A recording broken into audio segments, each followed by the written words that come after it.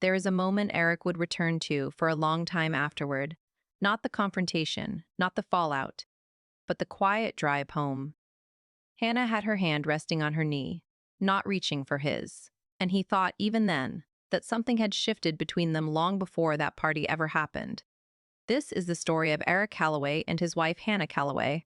They had been married for 7 years, long enough to have built something real, and long enough for the cracks in that real thing to go unnoticed for seasons at a time. Their marriage was not unhappy in any obvious way. There were dinners and routines, and the kind of easy warmth that comes from knowing another person well. But somewhere in those 7 years, Eric had learned to reach for Hannah a little less often. And Hannah, without quite meaning to, had let herself drift toward a world that felt more seen. This is the story of one night that pulled everything into the open, not with a shout, but with a sentence, spoken in a room full of the wrong people. The invitation had been sitting on the kitchen counter for a week before Hannah mentioned it. It was printed on thick cardstock, the kind that signals effort, or at least the performance of effort. A year-end celebration hosted by Meridian Consulting, where Hannah had worked for the past 4 years. Eric had seen these invitations before. He had attended 2 of these parties, smiled through conversations about quarterly growth, and driven home feeling vaguely invisible. But Hannah had asked him to come this time with a softness in her voice that he didn't hear often anymore, so he said yes. Eric worked in architecture. He designed mid-range commercial buildings. Not glamorous, but work he believed in. He was a man who chose his words carefully, who preferred a good question to a confident answer, and who had spent most of his adult life being slightly more observant than the people around him realized. Hannah used to call it his superpower. Lately, she didn't mention it. Hannah was sharp and social and very good at her job. She managed client relationships with a kind of natural ease that Eric had always admired, even when he found it a little tiring to be around at the end of a long week. She was the kind of person who remembered birthdays and noticed haircuts and made people feel chosen. She was generous that way. Eric loved that about her. He also, quietly, wondered sometimes whether she extended that warmth to him in the same way anymore, or whether he had simply become part of the furniture of her life. The evening of the party, she got ready quickly and came downstairs in a dark green dress he hadn't seen before. He told her she looked beautiful. She said thank you and checked her phone. It was a small moment, the kind that doesn't register as significant until later. The venue was a converted warehouse in the business district. Exposed brick, low amber lighting, a bar that had been set up with too much enthusiasm. Eric got himself a drink and found a corner where he could watch the room without seeming to. He was good at that. Hannah moved through the crowd easily. She laughed at the right moments. She introduced Eric when she remembered to, and when she forgot, he extended his hand himself and made his own introduction. Nobody asked him much. That was fine. And then he noticed the way Hannah's shoulders changed when her boss arrived. His name was Garrett Fowles.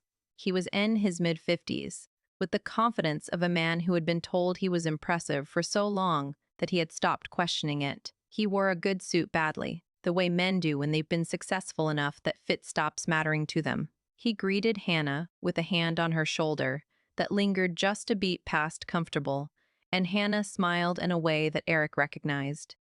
Not warmth exactly, more like management. Eric watched. He didn't say anything. He turned back to his drink and told himself it was nothing. But something quiet and cold had settled in his chest. Not jealousy, exactly. Something older than that, something that felt uncomfortably like recognition. An hour passed, maybe more. Eric found himself in conversation with a man named Dennis from the finance department. A gentle, apologetic person who kept excusing himself mid-sentence, as if worried about taking up too much space. Eric liked him. They talked about traffic and renovation costs and the particular exhaustion of open-plan offices, and for a while, Eric felt almost relaxed.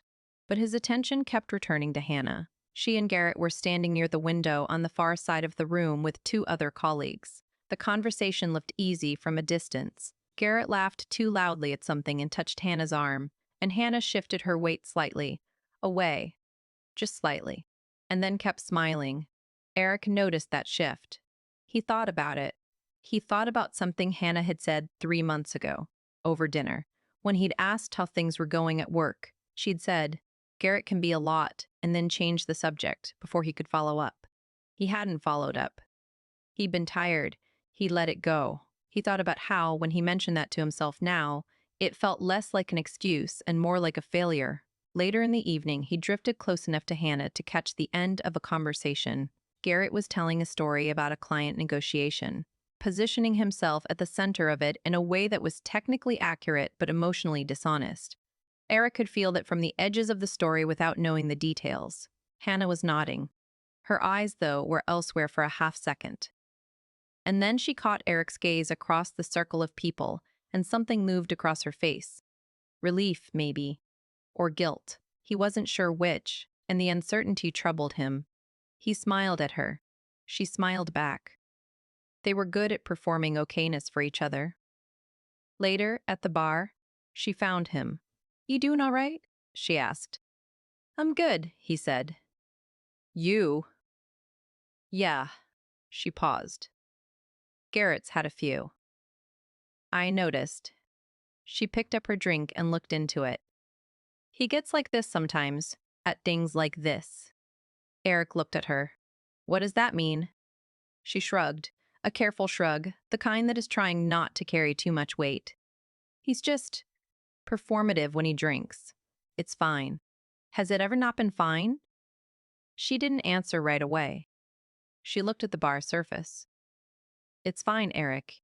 He didn't push, but the word fine sat between them like something they were both pretending not to see. He realized, standing there, that she had been managing this, whatever this was, alone for some time. And he hadn't known, partly because she hadn't told him, and partly because he hadn't created the kind of space where telling him felt safe. That second part was harder to sit with. It happened near the end of the evening, when the room had loosened. Garrett was holding court near the entrance, surrounded by a small audience that included, and this mattered, 3 members of Meridian's senior executive team. Eric had spotted them earlier, introduced to him by Dennis as the kind of people who made decisions that Garrett himself answered to. Eric had been moving toward the coat rack. He wasn't looking for anything. He was simply ready to go home. He passed close to Garrett's circle just as Garrett said it. He was telling a story. The specifics blurred later in Eric's memory. But the structure was clear. It was one of the stories that men like Garrett told at a certain stage of drunk, where the humor depended on reducing someone else. The someone else was Hannah. The comment was about her appearance in a meeting context. It was phrased as a compliment. It was not a compliment. The people around Garrett laughed, or half-laughed, the way people do when they're not sure if it's okay, but don't want to be the one to say so. Eric stopped. He stood there for a moment. He felt the cold thing in his chest from earlier. He let it be there. And then he spoke. Quietly, without heat. "Garrett." Garrett turned. He smiled, immediately performing familiarity. "Eric, right? Hannah's husband." "That's right." Eric looked at him without blinking. "That's a strange thing to say about someone who manages 3 of your top accounts." Garrett's smile stayed, but something behind it recalibrated. "Just having a bit of fun." "I know," Eric said. He glanced briefly at the executives, 2 men and a woman, all of whom were now very still. "I've heard about the fun. The comment at the Henderson meeting in March. The thing you said to Priya in the elevator last quarter that she told her manager about but didn't formally document because she didn't think it would go anywhere." He paused. "I do a lot of listening at these things. Hannah talks. I pay attention." The room, the small circle of it, was very quiet.